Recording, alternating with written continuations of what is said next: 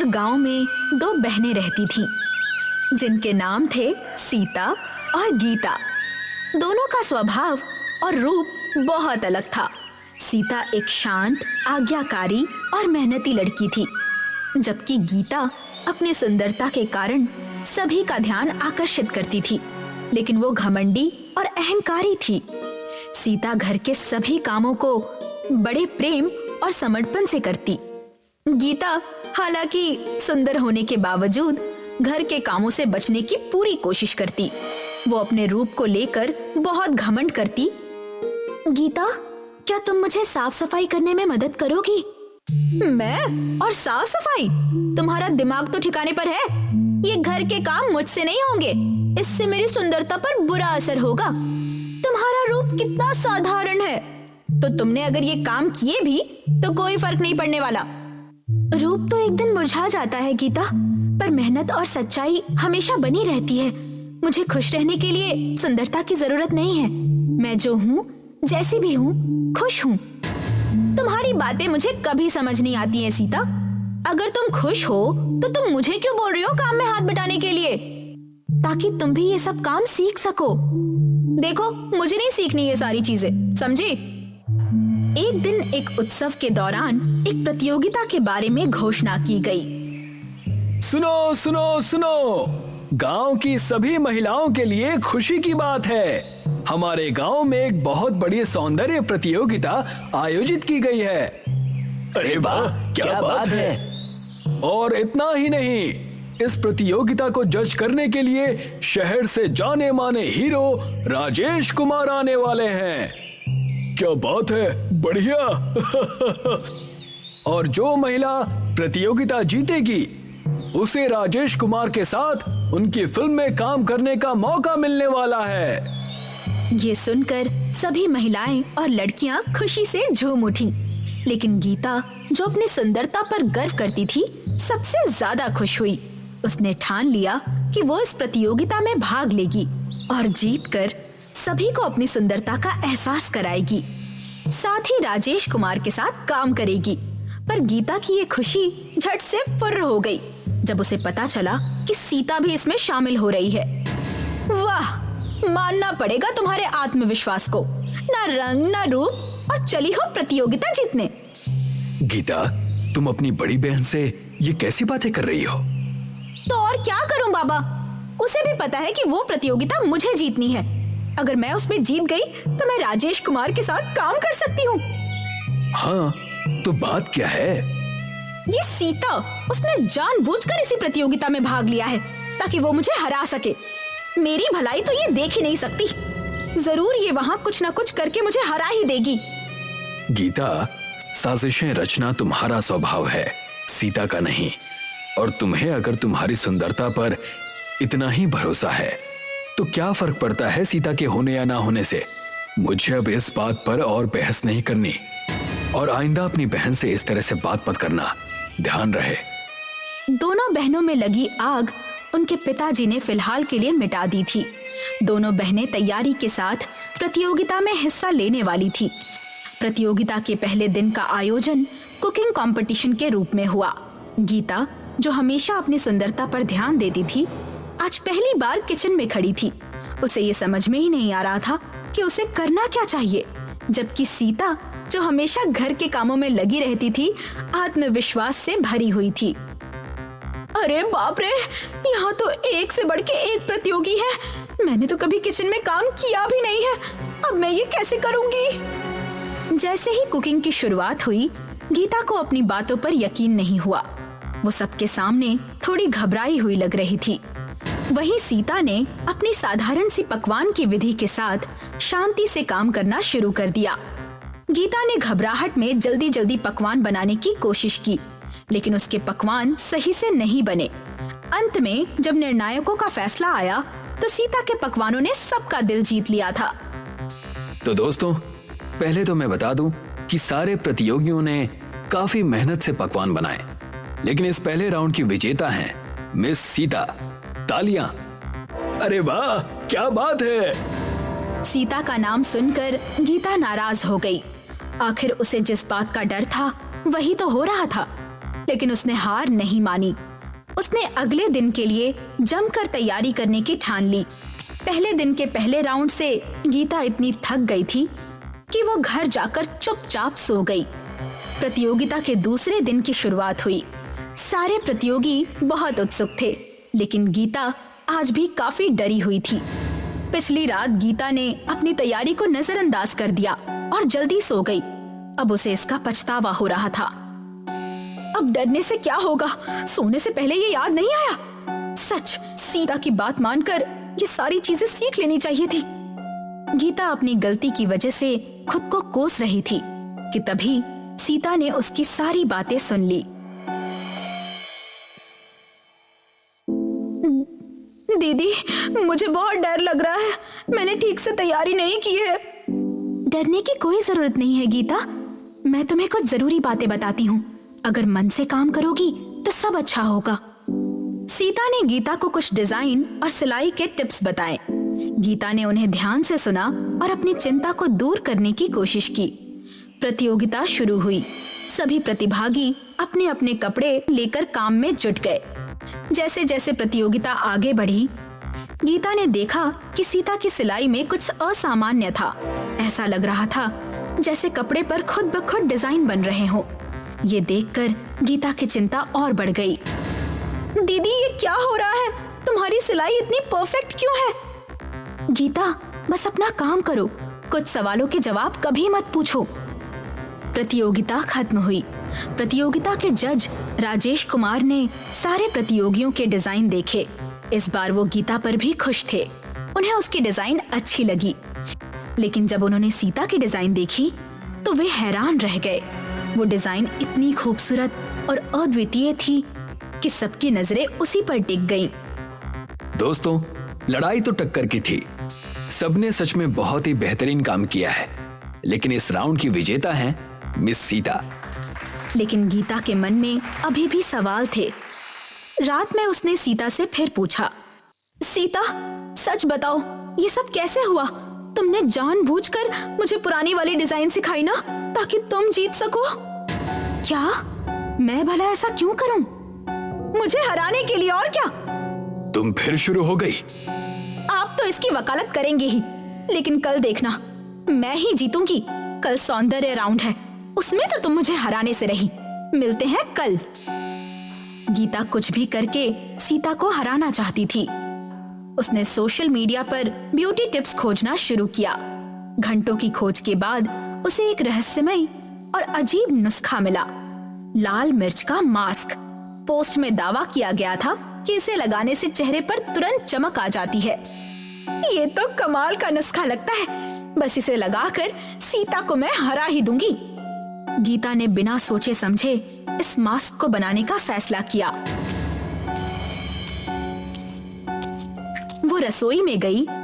उसने लाल मिर्च पाउडर, शहद और दूध मिलाकर एक पेस्ट तैयार किया। पेस्ट तैयार करने के दौरान उसकी आंखों में हल्की जलन हुई, लेकिन उसने इसे नजरअंदाज कर दिया। थोड़ी जलन से क्या फर्क पड़ता है अगर मैं जीत गई तो? गीता ने मास्क अपने चेहरे पर लगा लिया। जैसे ही उसने इसे लगाया, उसका चेहरा गर्म और झुनझुनी महसूस करने लगा। कुछ देर बाद उसकी त्वचा पर जलन असहनीय हो गई। वो आईने के पास गई। ये क्या हो रहा है? मेरा चेहरा जल क्यों रहा है? आईने में उसने देखा कि उसके चेहरे की त्वचा लाल होने लगी थी, जैसे कि आग में झुलस रही हो। गीता का चेहरा धीरे धीरे सूजने लगा और उस पर मुहासे आने लगे। वो दर्द के मारे चिल्लाने लगी। ये मेरे साथ क्या हो रहा है? अब मैं क्या करूं? क्या करूं मैं? उसकी चीखें सुनकर सीता कमरे में आई। उसने गीता को देखा, लेकिन अब वो पहचानने लायक नहीं थी। गीता का चेहरा भयानक और विकृत हो चुका था। गीता, ये तुमने क्या किया? तुम यहाँ क्या कर रही हो? तुम्हारे चेहरे को क्या हुआ? कुछ नहीं, तुम निकलो यहाँ से। सीता गीता की हालत देखकर चौंक गई थी। गीता के चेहरे को क्या हुआ था, इसका उसे कोई अंदाजा नहीं था। सौंदर्य प्रतियोगिता का दिन आ चुका था। गीता ने लाल मिर्च का मास्क लगाने के बाद जो भुगता था, उससे उसका चेहरा विकृत हो गया था। लेकिन अपने घमंड और आत्मसम्मान को बचाने के लिए उसने किसी को सच नहीं बताया। वो एक नकाब पहनकर प्रतियोगिता में शामिल हुई। गीता, क्या तुम ठीक हो? तुम्हारा चेहरा क्यों छुपा रखा है? कुछ नहीं, सब ठीक है, तुम बस अपनी तैयारी करो। प्रतियोगिता शुरू हुई। सभी प्रतिभागी आत्मविश्वास से मंच पर अपने अपने रूप और सौंदर्य का प्रदर्शन कर रहे थे। जब गीता की बारी आई तो वो घबराते हुए मंच पर गई। मुझे बस ये नकाब नहीं हटाना है, सब ठीक हो जाएगा। लेकिन जब राजेश कुमार ने उसे नकाब हटाने को कहा तो गीता ने डरते हुए अपना चेहरा सबके सामने दिखाया। जैसे ही लोगों ने उसका चेहरा देखा, पूरा मैदान ठहाकों और उपहास से गूंज उठा। ये क्या मजाक है? सौंदर्य प्रतियोगिता में ये चेहरा लेकर आई हो? गीता का आत्मसम्मान चकनाचूर हो गया। उसकी आंखों से आंसू बहने लगे। उसे पछतावा हो रहा था। उसे वो सारी बातें याद आने लगी जो उसने सीता से कही थी। प्रतियोगिता के नियम के अनुसार गीता का नाम वहां से हटा दिया गया। गीता की हालत देखकर सीता का दिल पसीज गया। वो मंच पर गई। अगर मेरी बहन यहाँ से हटाई गई है तो मैं भी इस प्रतियोगिता में हिस्सा नहीं लूंगी। सीता, तुम ये सब मेरे लिए क्यों कर रही हो? मैंने तो तुम्हारे खिलाफ जाने की कोशिश की थी। तुम मेरी बहन हो गीता। जीत हार से बड़ा रिश्ता है हमारा। मुझे तुमसे कोई शिकायत नहीं है। इसके बाद सीता ने गीता को समझाया और उसका इलाज कराने की सलाह दी। गीता को अपनी गलती का एहसास हुआ। उसने सीता की मदद से अच्छे डॉक्टर से इलाज करवाया। धीरे धीरे उसका चेहरा ठीक हो गया। अंततः गीता और सीता ने अपनी गलतफहमियों को भुलाकर साथ रहने का फैसला किया। ये कहानी सिखाती है कि घमंड और ईर्ष्या इंसान को बर्बाद कर सकती है, लेकिन परिवार और सच्चा प्यार हर दर्द का इलाज है। सुंदरपुर नामक एक गांव था जहां पर लोग बहुत ही सुंदर थे। उन्हें ना तो कोई रोग होता था और ना ही कोई दूसरी परेशानी। मैं अब इस गांव का प्रधान। ये गांव जो कि देवताओं के आशीर्वाद स्वरूप है। इस गांव में कोई कुरूप नहीं है और ना ही कोई अन्य चिंता है। पर इस गांव में अगर कोई दिक्कत है तो वो सिर्फ एक है और वो है बुढ़ापा। इसका मतलब ये है राजेश कि जैसे इस गांव को हम देवताओं का आशीर्वाद कहते हैं, तो हमें एक बात समझ में आनी चाहिए। और वो क्या है? वो ये है कि इस गांव में कोई कुरूप नहीं रहना चाहिए। पर इस गांव में कुरूप कौन है? हमारी पिछली पुश्तें अब बूढ़ी हो चुकी हैं और हमें इस गांव का संरक्षण करना है उन सब से। ये आप क्या कह रहे हैं? माना वो कुरूप हैं, पर हम उन्हें अगर गांव से निकाल देंगे तो उनका क्या होगा? उन सब ने अब तक हमें पनाह दी है। हमें ऐसा नहीं करना चाहिए। हाँ, सही कहा। मैंने भी इस गंभीर विषय में बहुत सोचा और ये निर्णय लिया है कि हमें उन सब के लिए एक बहुत बड़ा आश्रम गांव के बाहर बनवाना चाहिए और उसके बाद उन सबको वहीं पर रहने के लिए कहेंगे। हर महीने 1 वर्ष तक हम उनके पास अनाज पहुंचाएंगे। ये बात किसी बूढ़े व्यक्ति के कानों में नहीं पड़नी चाहिए। तुम सब जाकर अब एक नया आश्रम बनाने के काम में लग जाओ। कुछ ही महीनों में यह आश्रम तैयार हो जाना चाहिए। सभा समाप्त हुई। मुखिया की बात सुनकर सब वहां से निकल जाते हैं। कुछ महीने बीत गए और आश्रम बनकर तैयार हुआ। मुखिया ने गांव के सभी बूढ़े लोगों को उस आश्रम में भेज दिया, जिसमें मुखिया के पिता और गांव के अन्य सभी बूढ़े लोग थे। सबको आश्रम में भेज दिया गया। चलिए पिताजी, अब सबके मुखिया आप हैं। 1 वर्ष तक प्रति महीने में आप सबको राशन दूंगा और अन्य सभी सुविधाएं दूंगा। फिर आपको खुद परिश्रम करना होगा। बेटा, तुम मेरे बेटे हो और तुमने जो फैसला लिया है वो बहुत ही गलत है। ये जो सुंदरता का अहंकार है तुम सब युवाओं में, ये तुम्हें एक दिन ले डूबेगा। ठीक है पिताजी, ध्यान रखूंगा आपकी बात का। अब मैं आपसे विदा लेता हूँ। कई दिन बीत चुके थे, पर आश्रम के बूढ़े अपने बच्चों की चिंता में लगे हुए थे। इसी परेशानी को लेकर आज मालती यानी राजेश की माँ विजय के पास आई। अरे विजय भैया, मुझे मेरे राजेश की बहुत याद आ रही है। ये क्या बात कर रही हैं देवी आप जानती हैं ना उन बच्चों ने क्या किया है, उसके बाद भी। पर वो बच्चे हैं हमारे, हम क्या करें? आप भी तो पिता हैं ना। ठीक है देवी, जैसा आप कहें बिल्कुल वैसा ही सही। इन सब का मुखिया आखिर मेरा बेटा है, तो मुझे ये सुनने में कोई दिक्कत नहीं। मेरा वो मतलब नहीं था। क्या हमारे बच्चों ने उसकी बात मानकर गलत नहीं किया? इसमें गलती सबकी है। हाँ, कोई बात नहीं। हम अगर वहाँ जाकर उन्हें समझाना भी चाहें तो भी कोई हल नहीं निकलेगा, क्योंकि अभी उनका दिमाग अहंकार से ग्रसित है। मैं थोड़ा घूम कर आती हूँ, शायद कोई बच्चा मुझे कहीं दिख ही जाए इस जंगल में। मालती वहाँ से जंगल की तरफ निकल पड़ती है। मालती बेटा बेटा पुकार रही थी। वो एक वाटिका में पहुंची जिसे मालती ने पहले कभी नहीं देखा था। झाड़ियों के पीछे छुपे हुए वहाँ बहुत सारे पौधे थे और गोबर की तरह दिखने वाले कुछ पदार्थ के पौधे हर जगह लगे हुए थे। ये क्या? इतनी बार इस जंगल में घूमी हूँ पर अब तक मैंने इसे नहीं देखा। अभी वहाँ वाटिका में एक देवी प्रकट होती है। प्रणाम देवी जी। मैं इस वाटिका में रहने वाली देवी हूँ जिसके प्रभाव से तुम्हारा गांव सुंदर है और रोगों से दूर है। आपका धन्यवाद देवी जी। आपकी वजह से ही हमारा गांव आज इतना आबाद है। हाँ, लेकिन शायद मेरी वजह से आज उन सब में अहंकार आ गया है और उन्होंने अपने अहंकार में आकर तुम सबको गांव से निकाल दिया है। नहीं नहीं, ऐसा नहीं है देवी जी। ये तो हमारे परवरिश में शायद कोई कमी रह गई थी। जो भी कारण हो, पर उसमें भागीदार तो मैं ही हूँ। इसीलिए ये गुप्त वाटिका मैंने तुम्हें दिखाई है। पर ये गोबर जैसा दिखने वाला पदार्थ क्या है? ये इस वाटिका के फलों और फूलों से बना हुआ एक लेप है जो तुम सब बूढ़ों को भी जवान की तरह शक्तिशाली बना देगा। क्या? सच? हाँ, और तुम सब की झुर्रियां चली जाएंगी और तुम सब फिर से सुंदर हो जाओगे। तो क्या हम फिर से उस गांव में रह पाएंगे? इसका निर्णय तो मैं तुम सब पर छोड़ती हूँ। जैसा तुम लोग चाहो वैसे ही इस लेप का इस्तेमाल करना। देवी वहाँ से गायब हो जाती है और मालती अपने आश्रम चली जाती है। आश्रम में विजय उसी पेड़ के नीचे बैठे थे। तभी मालती उसके पास जाकर वो लेप दिखाती है। ये देखिए, हमारे सभी दुखों का निवारण। दिखाओ, ऐसा क्या है इसमें जो ये दुखों का निवारण कर देगा?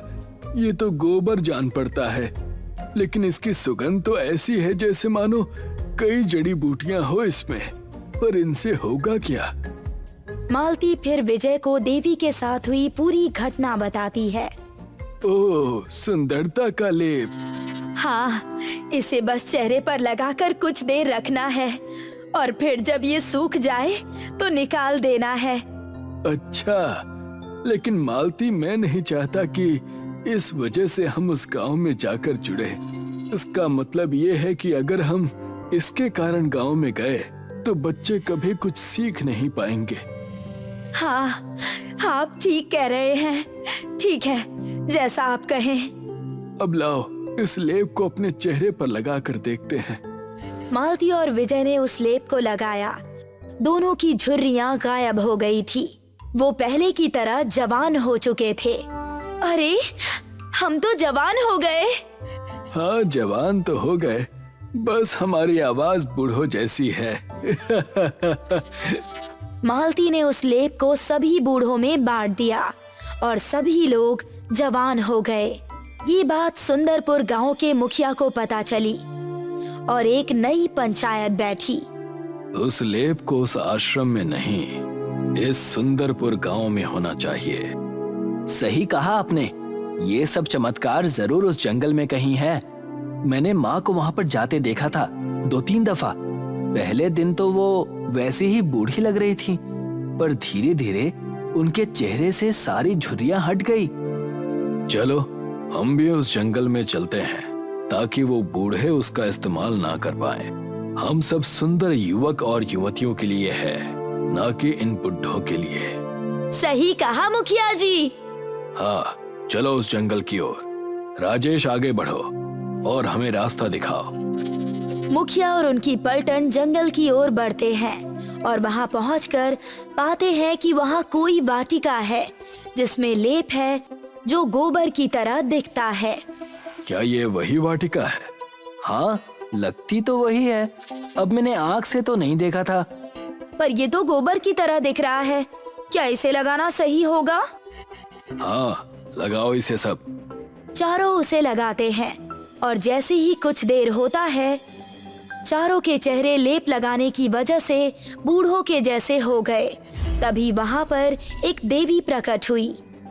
मूर्ख बच्चे, आप कौन हैं? क्या आपने हमें ऐसा बना दिया है? आप ऐसा क्यों कर रही हैं हमारे साथ?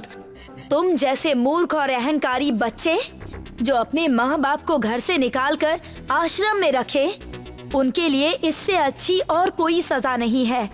अब जाओ और अपने माता पिता के पास जाकर माफी मांगो, वही माफ करेंगे तुम लोगों को। पर अब हम तो कुरूप हो गए हैं, वो हमें क्यों माफ करेंगे? तुम अब भी नहीं सीखे? अब ये वाटिका यहाँ से गायब हो जाएगी। जाओ और अपने माता पिता से माफी मांगो ताकि वो तुम्हें माफ कर दें। देवी की बात सुनकर सभी अपने माता पिता के पास पहुँचे। बाहर विजय और मालती और कुछ अन्य बूढ़े मुखिया और अन्य बच्चों को देखने लगे। पिताजी, तुम बच्चे भी ना, तुम सब सोच रहे होगे कि कुरूप होने की वजह से हम तुम्हें माफ नहीं करेंगे, पर हमें कोई दिक्कत नहीं है। हर माँ बाप अपने बच्चों से बहुत प्यार करते हैं। लेकिन जिस वजह से तुमने हमें गांव से बाहर निकाल दिया, वो सही नहीं था। हाँ, इसी वजह से हम तुम्हें माफ नहीं कर रहे थे और ना ही तुम्हें समझाने आए। इस घटना के बाद माँ बाप ने अपने कुरूप बच्चों को माफ कर दिया और कुछ महीने बाद प्रकृति के अनुसार वो युवक होने लग गए और बूढ़े फिर से अपनी उम्र के हिसाब से दिखने लगे। बच्चों को ये सिखाना चाहिए कि माँ बाप का प्यार रूप या कुरूप से नहीं होता, वो तो निस्वार्थ होता है। एक गांव में सुधा नाम की बूढ़ी औरत रहा करती थी। उसके परिवार में उसका बड़ा बेटा निरंजन और उसकी बेटी शिखा ही थी। उसकी बेटी शिखा गांव में ब्यूटी पार्लर चलाया करती थी। एक दिन की बात है, सुधा सोकर उठी तो उसने देखा कि उसकी बेटी तैयार होकर कहीं जा रही थी। शिखा, इतनी सुबह सुबह तैयार होकर तुम कहाँ जा रही हो? अभी तो ब्यूटी पार्लर खोलने का टाइम भी नहीं हुआ। मैं ये शहर छोड़कर जा रही हूँ माँ, अब मुझे इस गांव में नहीं रहना। ये कैसी बात कर रही हो तुम? नहीं रहने से तुम्हारा क्या मतलब है? तभी सुधा का बेटा निरंजन वहां आकर बोला, शिखा, तुम बताते क्यों नहीं माँ को कि तुम ये शहर ही नहीं बल्कि देश भी छोड़कर जा रही हो, वो भी मेरे साथ। सुधा अपने बेटे की ओर देखकर बोली, बेटा, ये कैसी बातें कर रहे हो तुम? मैं सही कह रहा हूँ माँ, मुझे इन अनपढ़ गंवार गांव वालों के साथ नहीं रहना। आपसे मैं कई बार अपने मन की बात कह चुका था, लेकिन एक आप हैं जो इस गांव को छोड़ने के लिए तैयार ही नहीं है। इस गांव में मेरे पति की यादें बसी हैं, इस घर में मेरी आत्मा बसती है, मैं भला कैसे जा सकती हूँ? तो फिर आप अपनी यादों के सहारे ही इस गांव में रहिए, हमें नहीं रहना यहाँ।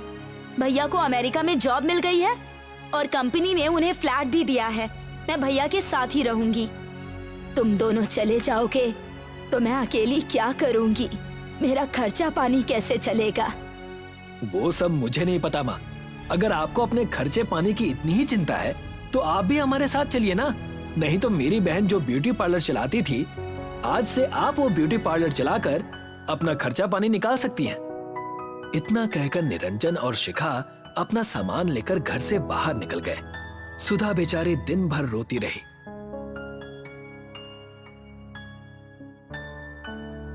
अगले दिन सुधा अपने आप से बोली, मेरे बच्चे अपने आप को समझते क्या है? इन दोनों को क्या लगता है कि उनके बगैर उनकी माँ अकेले नहीं रह सकती? शिखा शायद भूल गई कि उसने ब्यूटिशियन का कोर्स मुझसे ही सीखा था। मैं उससे बेहतर ब्यूटी पार्लर चलाकर दिखा सकती हूँ। इतना बोलकर सुधा अपने ब्यूटी पार्लर के दुकान में चली गई। दुकान के बाहर मोहिनी शायद शिखा का इंतजार कर रही थी। सुधा को देखकर वो चौंक गई। माँ जी, आप यहाँ पर क्या कर रही हैं? शिखा मेम साहब नहीं है क्या? शिखा अपने भाई के साथ इस देश को छोड़कर चली गई। आज से मैं ही इस ब्यूटी पार्लर को संभालूंगी। क्या तुम्हें मेरे साथ काम करने से कोई एतराज है? मुझे तो बस अपनी सैलरी से मतलब है। ब्यूटी पार्लर आप चलाओ या आपकी बेटी, मुझे कोई फर्क नहीं पड़ता। सुधा मुस्कुराती हुई ब्यूटी पार्लर के अंदर चली गई। कुछ देर के बाद एक 20 वर्षीय लड़की ब्यूटी पार्लर के अंदर आ गई। शिखा दीदी कहाँ है? मोहिनी के बोलने से पहले ही सुधा बोली। शिखा गांव छोड़कर चली गई है बेटी। तुम बताओ, तुम्हें क्या करवाना है? देखो, मुझे अपने चेहरे पर मसाज करवाना है। मसाज थोड़ा अच्छा करना, क्योंकि आज मुझे एक शादी में जाना है। सुधा मोहिनी की ओर देखकर बोली। सामने जो क्रीम रखी हुई है उसको उठाओ। सुधा अपने हाथों से उस लड़की की मसाज करने लगी। मसाज पूरा होने के बाद वो लड़की खुश होती हुई बोली। अरे वाह माँ जी, आपके हाथों में तो जादू है। आपने तो मेरे चेहरे पर अलग ही ग्लो ला दिया। आप अपनी बेटी से कहीं ज्यादा अच्छा मसाज करती हैं। इतना कहकर वो लड़की वहां से चली गई। अगले दिन वही लड़की कुछ और लड़कियों को लेकर ब्यूटी पार्लर के अंदर आ गई और सुधा की ओर देखकर बोली। माँ जी, कल मैं जिस फंक्शन में गई थी, वहाँ के लोग मुझे घूर घूर के देख रहे थे। जानती है क्यों? सिर्फ आपके किए हुए मसाज की वजह से। और मेरी दोस्त भी मुझसे जिद करने लगी कि वो भी आप ही के हाथों से मसाज करवाएगी। ये तो बहुत अच्छी बात है बेटी। सुधा सबका मसाज करने लगी। कुछ ही दिनों में सुधा का ब्यूटी पार्लर पहले से और ज्यादा अच्छा चलने लगा। समय ऐसे ही बीतने लगा। कुछ महीनों बाद सुधा के ब्यूटी पार्लर पर एक लग्जरी कार आकर रुक गई। कार के अंदर से एक लंबा चौड़ा व्यक्ति एक लड़की के साथ ब्यूटी पार्लर के अंदर आकर सुधा से बोला। मेरा नाम कर्मदास है, मैं एक विधायक हूँ। कल मेरी बेटी की शादी है। सुना है कि आप मेकअप बहुत अच्छा करती हैं। ये तो मेरे लिए बहुत ही सौभाग्य की बात है विधायक जी, जो आप इतना विश्वास करके अपनी बेटी को यहाँ लेकर आए। मैं आपकी बेटी को इतनी सुंदर बना दूंगी कि उसके विवाह के समय उसके चेहरे पर से किसी की नजर नहीं हटेगी। सुधा विधायक की बेटी के चेहरे पर मसाज करने लगी। विधायक खुश होकर चला गया, मगर कुछ ही देर बाद वो कुछ गुंडों को लेकर आ धमका। ये तुमने बिल्कुल भी अच्छा नहीं किया। मैं तुम्हारा मसाज पार्लर बंद करवा दूंगा। ये कैसी बातें कर रहे हैं आप विधायक जी? अचानक आपको क्या हो गया? कुछ देर पहले तो आप बड़े खुश होकर गए थे।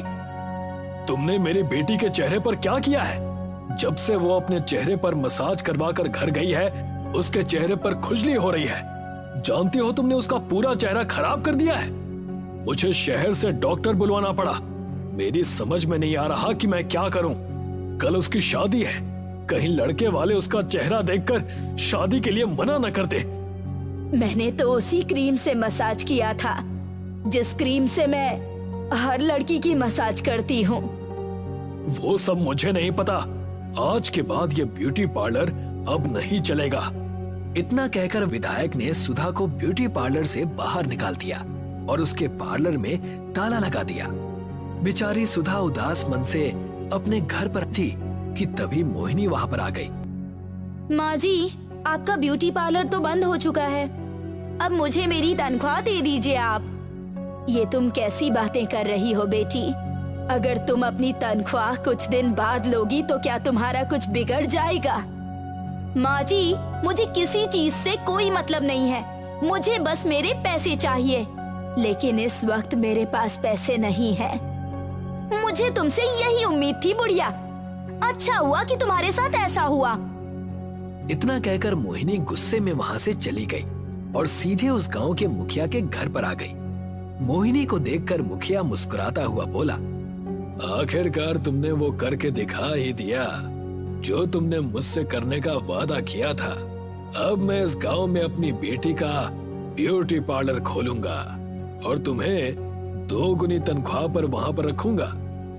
लेकिन अभी आपको उस बुढ़िया का जीना और हराम करना होगा। मुझे लगता है कि वो बुढ़िया ऐसे ही चुप नहीं बैठेगी। चिंता मत करो, उसके लिए मैंने कुछ सोच रखा है।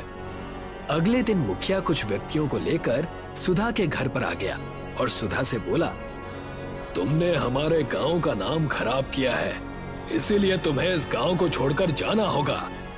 ये कैसी बातें कर रहे हैं आप मुखिया जी? सही कह रहा हूं मैं। तुमने विधायक जी की बेटी का चेहरा खराब कर दिया। अगर तुम यहाँ पर रुकी तो पता नहीं तुम किस किस का चेहरा खराब कर दोगी। मैंने ऐसा जानबूझकर नहीं किया।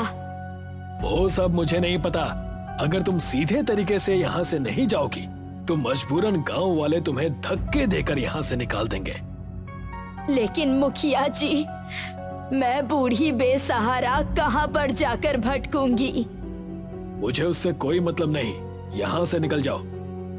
मुखिया ने सुधा को धक्के देकर उसके ही घर से उसे बाहर निकाल दिया। सुधा बेचारी भूखी प्यासी एक खेत में जाकर गई। तभी एक अजनबी औरत सुधा के पास आ गई। कौन हो तुम? तुम्हें काफी देर से देख रही हूँ। तुम्हारे परिवार वाले कहाँ हैं? उस औरत की हमदर्दी देखकर सुधा की आंखों में आंसू आ गए। वो रोते हुए अपने साथ घटी घटना बताने लगी। देखो, तुम चाहो तो मैं तुम्हारी मदद कर सकती हूँ। इस गांव के हाईवे पर मेरा घर बना हुआ है। मैं भी किसी जमाने में ब्यूटी पार्लर चलाया करती थी, जो कि अब बंद हो चुका है। तुम चाहो तो उस ब्यूटी पार्लर को दोबारा चला सकती हो और मेरे घर पर भी रह सकती हो। मैं कुछ सालों के लिए ये गांव छोड़कर जा रही हूँ। लेकिन आप मेरी इतनी मदद क्यों कर रही हैं? एक दूसरे की मदद करना अच्छा होता है, इसीलिए। लेकिन अब मेरे ऊपर कौन विश्वास करेगा? चिंता मत करो, तुम ब्यूटी पार्लर खोलो। मेरे ब्यूटी पार्लर में जो क्रीम रखी हुई है, तुम उसी क्रीम से ही लोगों के चेहरे पर मसाज करना और उसके बाद तुम देखना उसका कमाल। सुधा उस औरत के साथ चली गई और उसका ब्यूटी पार्लर आंखें फाड़ फाड़ कर देखने लगी, क्योंकि वो बहुत ही सुंदर बना हुआ था। वो औरत सुधा को सब कुछ समझाकर वहां से चली गई।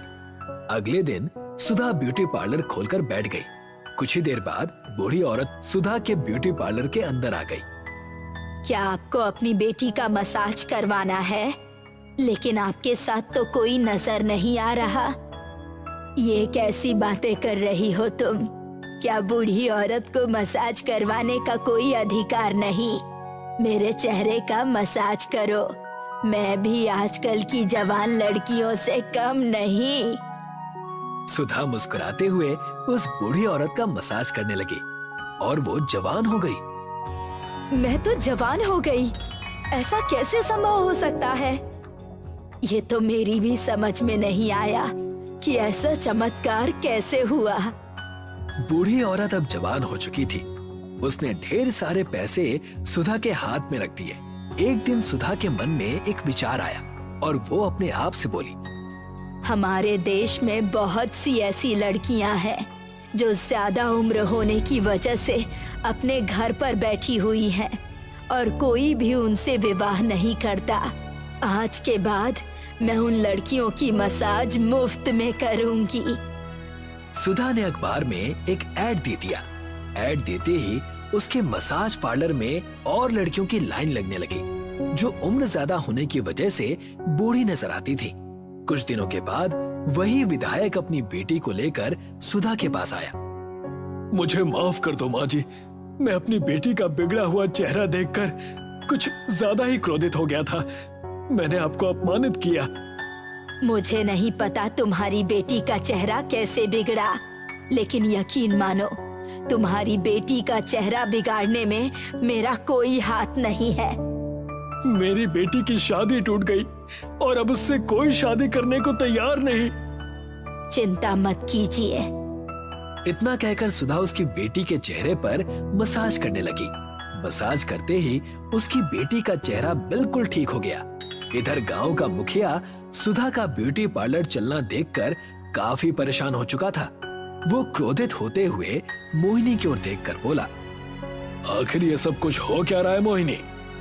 मुझे खुद नहीं पता, बस इतना पता है कि बूढ़ी औरतें उसके पार्लर में जाती हैं और जवान होकर बाहर निकलती हैं। अरे उसने तो बहुत ज्यादा उम्र की औरतों को भी जवान करना शुरू कर दिया है। धीरे धीरे उसका नाम बढ़ता जा रहा है। अगर ऐसा ही हाल रहा तो वो दिन दूर नहीं जब उसका कद मुझसे भी बड़ा हो जाएगा। बड़ा हो नहीं जाएगा बल्कि बड़ा हो चुका है। शायद आपको पता नहीं कि जिस विधायक की बेटी का चेहरा मेरी वजह से बिगड़ा था, कल उस बुढ़िया ने उसका चेहरा बिल्कुल सही कर दिया। आखिर उसके पास ये जादुई शक्तियाँ आई कहाँ से? पता नहीं, वो जिस जगह पर अपना ब्यूटी पार्लर चला रही है वो जगह बरसों से बंद पड़ी हुई थी। सुधा वहाँ पर कैसे पहुँची इसका किसी को कोई अंदाजा नहीं है और लोगों को इस बात से मतलब भी नहीं है क्योंकि सुधा सबकी मदद कर रही है। मेरे पास एक तरकीब है। हमें इस रहस्य को जानने के लिए उसके ब्यूटी पार्लर के अंदर जाना होगा। तुम एक बहुत अच्छी ब्यूटिशियन हो।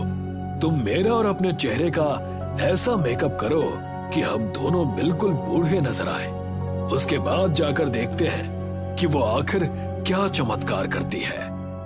वो दोनों बूढ़े का रूप लेकर सुधा के ब्यूटी पार्लर में चले गए। मैं बूढ़ा होने के साथ साथ बहुत ज्यादा बदसूरत भी हूँ। लोग मुझे ताने देते हैं। मैं चाहता हूँ कि आप मुझे जवान कर दे। मैं सिर्फ लोगों के चेहरे का मसाज करती हूँ। वो कैसे जवान हो जाती हैं ये मुझे भी नहीं पता। वैसे तुम्हारे साथ में ये कौन है? ये मेरी पत्नी है। सुधा ने उन दोनों के चेहरे पर मसाज कर दिया मगर उन दोनों के चेहरे पर कोई परिवर्तन नहीं आया। मेरा चेहरा तो बिल्कुल वैसा का वैसा ही है। मैं तो जवान ही नहीं हुआ। इसका मतलब तुम लोगों को धोखा दे रही हो। मैं तुम्हारी पुलिस में शिकायत करूंगी।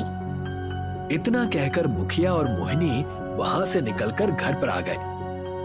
हम दोनों के चेहरे पर तो ऐसा कुछ भी नहीं हुआ मोहिनी।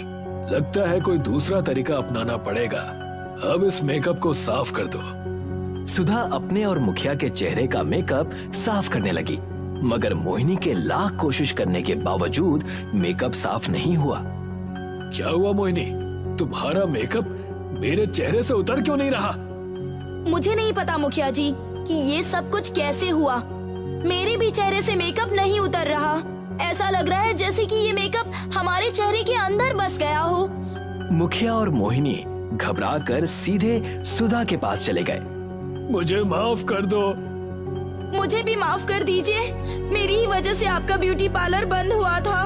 मैंने ही आपको खराब क्रीम दी थी जिसकी वजह से विधायक जी की बेटी का चेहरा बिगड़ा।